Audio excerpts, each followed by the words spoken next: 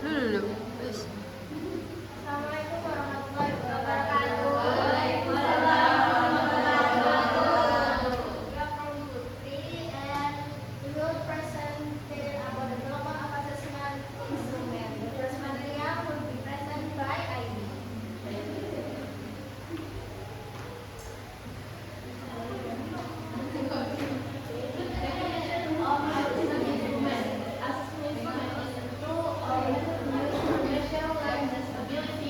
Knowledge or performance. Nah, jadi asesmen instrumen itu adalah alat, metode atau prosedur yang digunakan untuk mengukur kemampuan, pengetahuan dan keterampilan siswa dalam proses pembelajaran. Nah, jadi ketika guru ingin mengetahui apakah siswa itu sudah memahami materi atau belum, nah guru itu perlu alat untuk menilai. Nah, alat tersebut dinamakan sebagai asesmen instrumen. It includes tests, tasks, and procedure designed to evaluate learning outcome. Banyak yang berpikir bahwa asesmen instrumen itu hanya berupa tes tertulis, seperti pilihan ganda ataupun esai. Padahal sebenarnya cakupannya lebih luas daripada itu.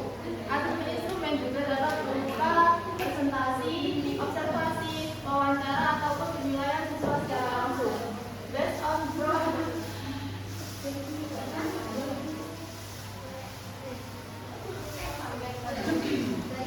Based on Brown 2003, a test is a method of measuring a person's ability in a given subject domain.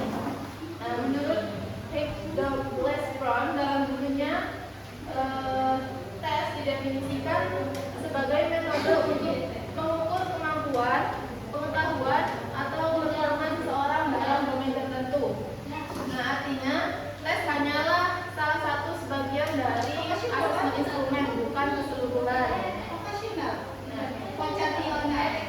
contohnya yaitu saat guru memberikan ujian pilihan ganda untuk mengukur kemampuan reading siswa.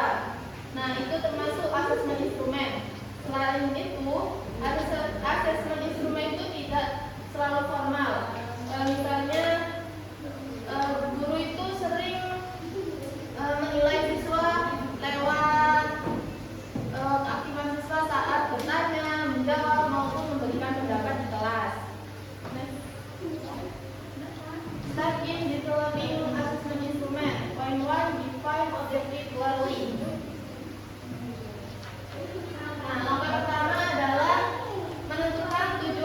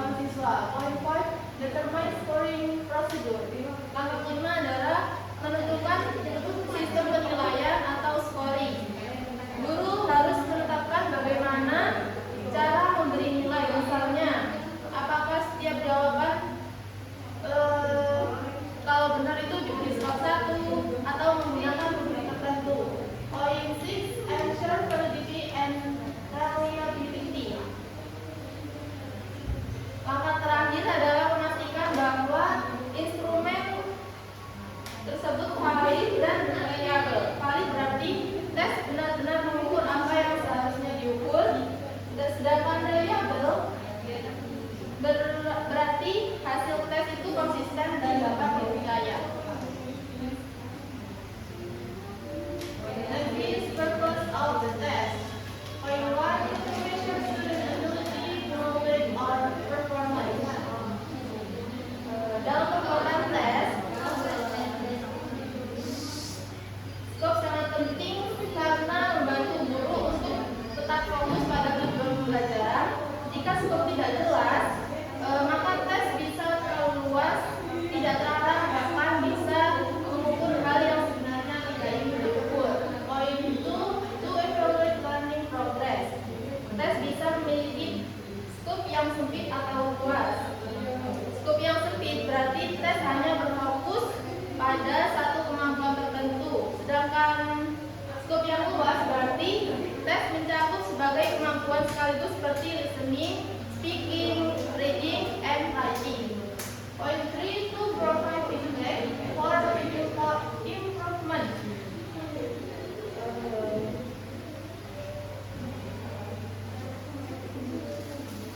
Nah, setiap tes harus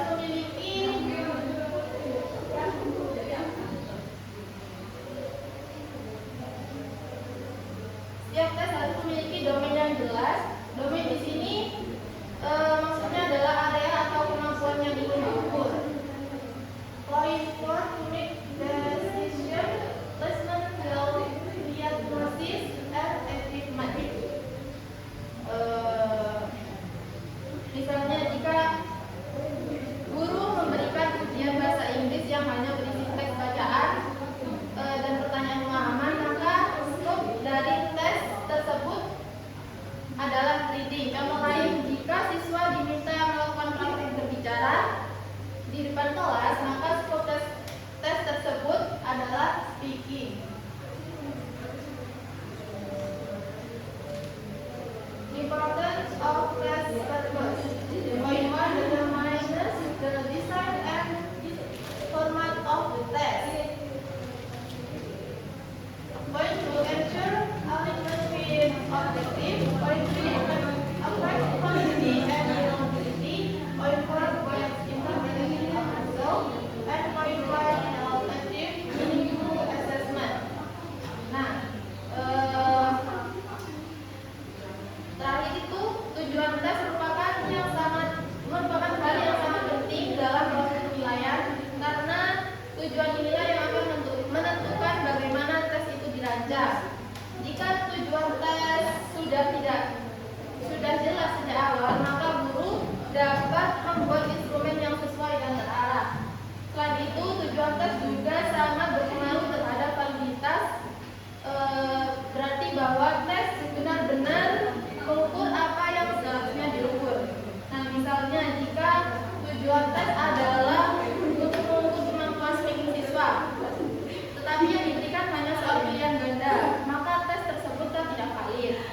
Sebaliknya, jika tujuan tes itu adalah menilai kemampuan komunikasi, maka bentuk tes yang tepat adalah praktek berbicara, seperti dialog, presentasi, ataupun role play.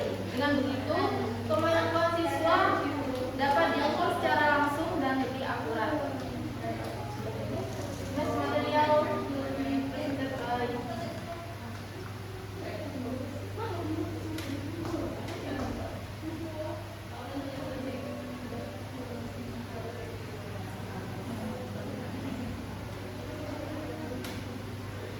Okay, the next slide is the test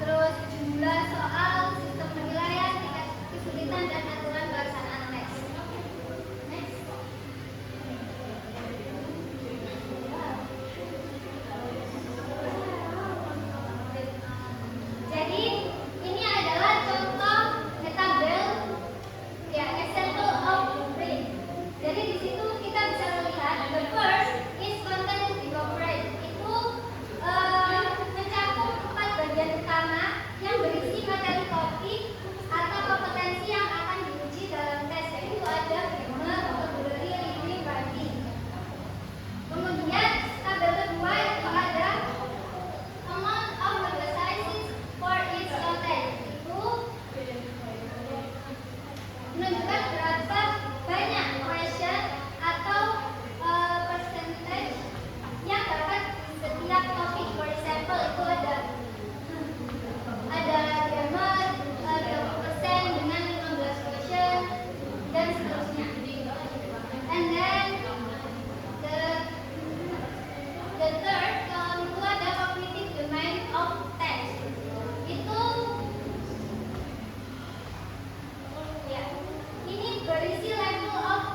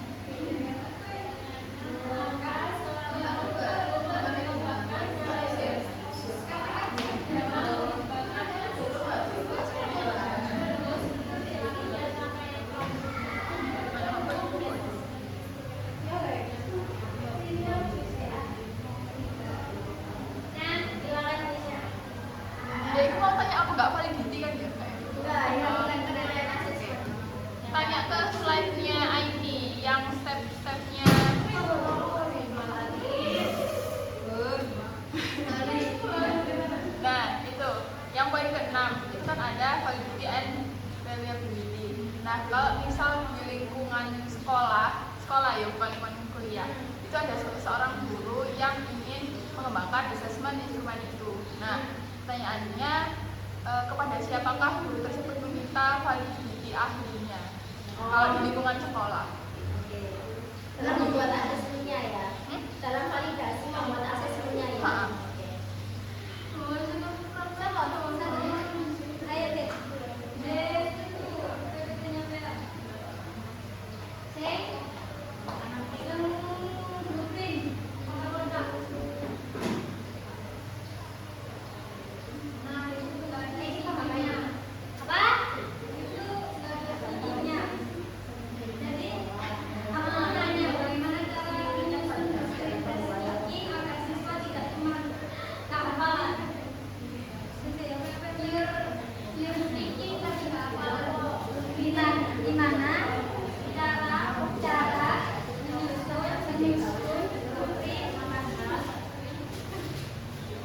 Yang harmonis bersama.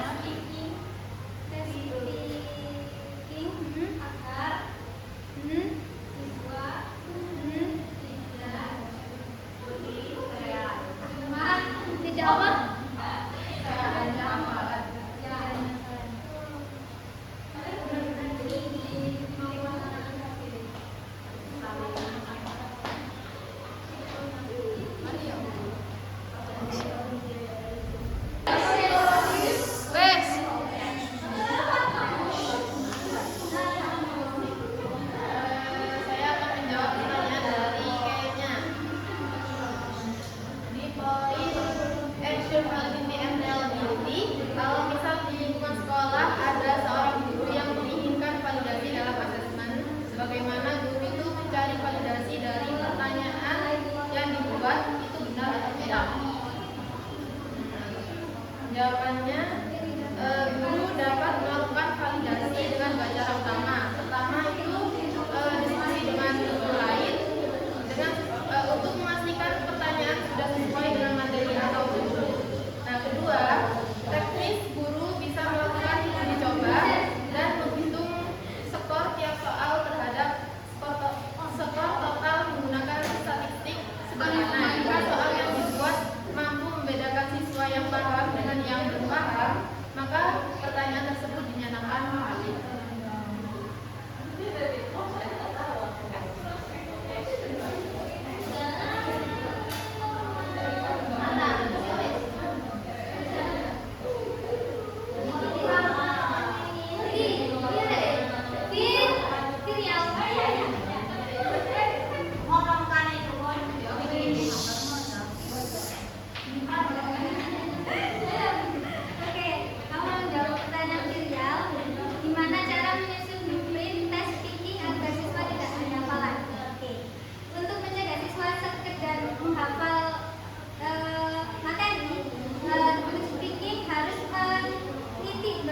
pada aspek spontanitas dengan memberikan tugas yang menuntut siswa untuk berpikir dan bereaksi langsung di tempat.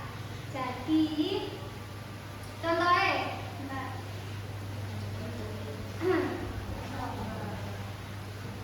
contohnya adalah siswa diberikan sebuah gambar atau gambar situasi lah gitu kan. Terus misal di situ gambarnya adalah kemacetan lalu lintas. Nah, yang belum pernah mereka lihat sebelumnya, lalu diminta mendeskripsikan selama 1 menit dan langsung menjawab pertanyaan mendadak dari penguji seperti, menurutmu apa solusi terbaik agar orang tidak terjebak macet seperti pada gambar ini, kayak gitu. Jadi siswa itu bisa menggunakan kosakata yang mereka miliki secara